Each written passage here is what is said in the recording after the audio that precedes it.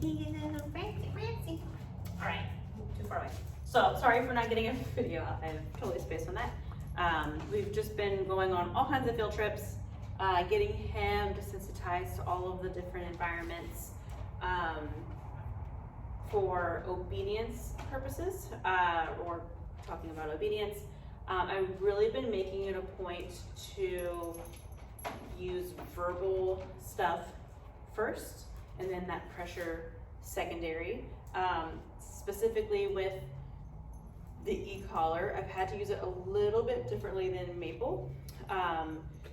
When we go out and he's distracted, he's pretty sturdy in the fact that he's not responsive to like low level pressure of the prong collar, that he just kind of, don't stare at him. He just kind of blows it off. Stop, or you're gonna get removed. Good boy. Little fluffy. So I kind of use I've been mostly focusing on the e-collar, and the way that I've been using it is a little bit higher than normal, just to combat with his brain checking out when he's a little bit overstimulated. And I don't mean like when he's in a fearful state, because that's not fair. I don't want to correct fear or anything like that. You can't correct fear out of a dog. I don't want to just blast him with the e-collar every time he's scared. It's more so when he's like, wow, there's all these new things going on around, and he's just choosing to pay more attention to them. Excuse me. And I don't mean I'm using insane levels by any means, just a little bit higher than like a working level. You can tell that he feels it. So I've made it a point to help him understand that no equals that stem. So that way I can, when he starts to forge a little head, anything like that, I can give him that no and give him a chance to respond to it before using that higher consequence level. That being said, when I take him into new places, I'm not really asking, right now, I'm not asking a lot of obedience. I just want to get him out and about and understanding that it's not that big of a deal.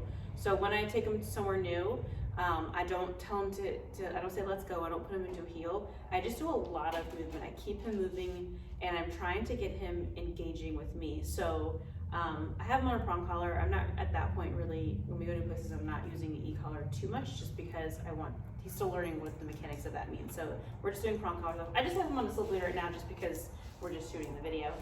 But what I mean by keeping him engaged with me is, instead of letting him invest all of his attention into everything around him, I'm just moving up and, like, I'm not doing a straight path. I'm walking. As soon as he starts to leave me, I check out, or I stop and I walk in the other direction. I'm basically forcing him to pay a little bit more attention to me, by not letting him go on autopilot and just move around. So when he's walking ahead and I pivot and I turn and go in the other direction, he meets the end of the leash, a little bit of a correction, but when he turns around to face me, I'm walking away. So I want it to almost seem like the correction isn't sourced from me, but from him not paying attention to where I am. So it kind of forces a little bit of disorientation, which causes him to look or pay more attention to where I'm going. So I'm not giving him any verbal feedback in those situations. I'm just walking. So I'll just start walking. As soon as he leaves me, I'll turn and go the other direction, and I just keep a tight line. So I'm not saying let's go. I'm not giving him any cues. I want him, in order to avoid leash pressure, to just pay attention to where I'm going. And as soon as he starts doing that, yes, then I can mark and reward and all of that good stuff. Yeah, good boy. And he's happy and all that stuff in here because there's not a lot going on. Good boy, and he's willing to play with me. My goal with him, and for you guys to practice at home, is to get this same energy, the calm, happy, wanting to do stuff, yes, in new places, and work at levels. That's my entire finger. Work at level or in situations that he's okay with dealing with. Like, we're not gonna go to Carey Street where there's, people 6 inches from him at all times. I'm going into Home Depot and I'm kind of going off to like a little back wall where there's people off in the distance, but they're not coming up and invading our space. And I just want him to understand that he can cope and pay attention to me, and I'll keep him safe. And those things are just happening around us. and we can build from there. If we're walking and let's say we're in an aisle and somebody's approaching us, I really want to make it a point to show him that I'm advocating for his space. So I want him to go on the opposite side so that I'm between him and whatever person that we're passing. And the prong collar helps to keep him back a little bit behind. So if a person's walking straight towards us, I push him over here, and then I can kind of turn and move away so that he's not feeling like he has to have an interaction. Let's go. Good boy.